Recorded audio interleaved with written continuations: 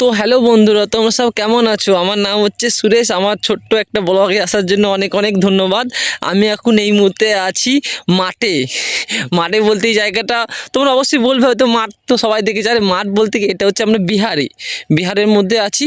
এই যে রাস্তাটা দেখতে পাচ্ছ, এই রাস্তা ধরে ওই আগে গিয়ে এখান থেকে বেশি না, জাস্ট আধা ঘন্টা লাগবে। আধা ঘন্টা গেলেই নেপাল পড়ছে, ঠিক আছে। আমরা এখন থাকি হচ্ছে ওই আগে ওখানে। তো এই মাঠ দিয়ে আমি আসছি একটু কাজের জন্য, ওখানে একটু কাজ ছিল। তো দেখতে পাচ্ছ এখানে মানে এত ভুট্টা চাষ না, এখানে মাঠ পুরো ভুট্টা, এগুলো সব পুরো ভুট্টা। এ দেখো তোমাদের দেখাচ্ছি, এগুলো পুরো ভুট্টা হয়, দেখতেও কত সুন্দর লাগছে, পুরো ভুট্টা। তো এখানে অনেক বড় মাঠ, তো পুরো মাঠটা হচ্ছে ভুট্টা।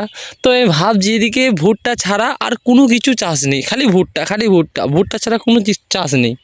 তো আমি এটাই বুঝতে পারছি না, এই ভুট্টা প্রায় 1.5 মাস তো হয়েই গেল, মানে 2 মাসের কাছাকাছি এই ভুট্টাগুলো লাগিয়েছে। এখনও গাছ প্রায় এতটা আছে, এই পর্যন্ত এই সাইজ ভুট্টা গাছের এখন সাইজ হচ্ছে এইরকম সাইজ।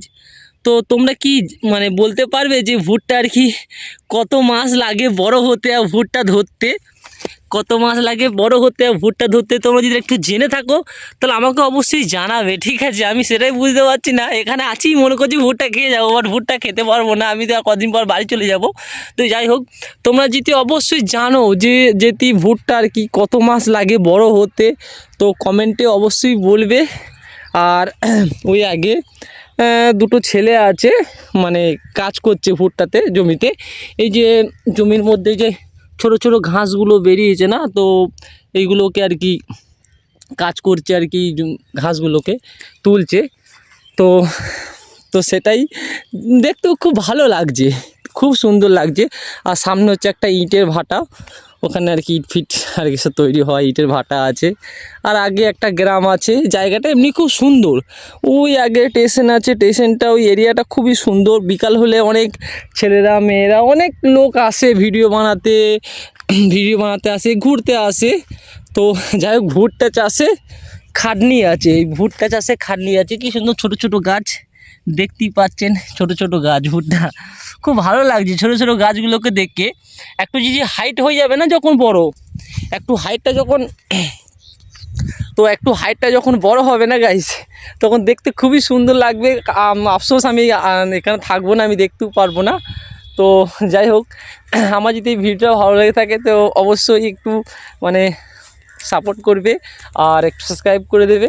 আর তোমাদেরকে আমি দেখাচ্ছি ভিউটা, খুবই সুন্দর একটা জায়গা। পরিবেশটা একটু বিকাল দিকে যখন হয় না, খুবই সুন্দর লাগে।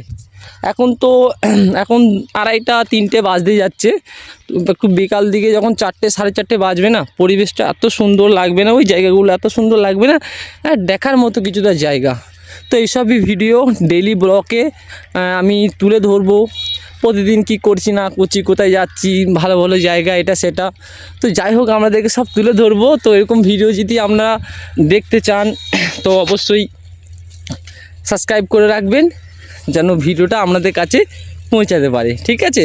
তো আজকের জন্য এইটুকুনি, বাই।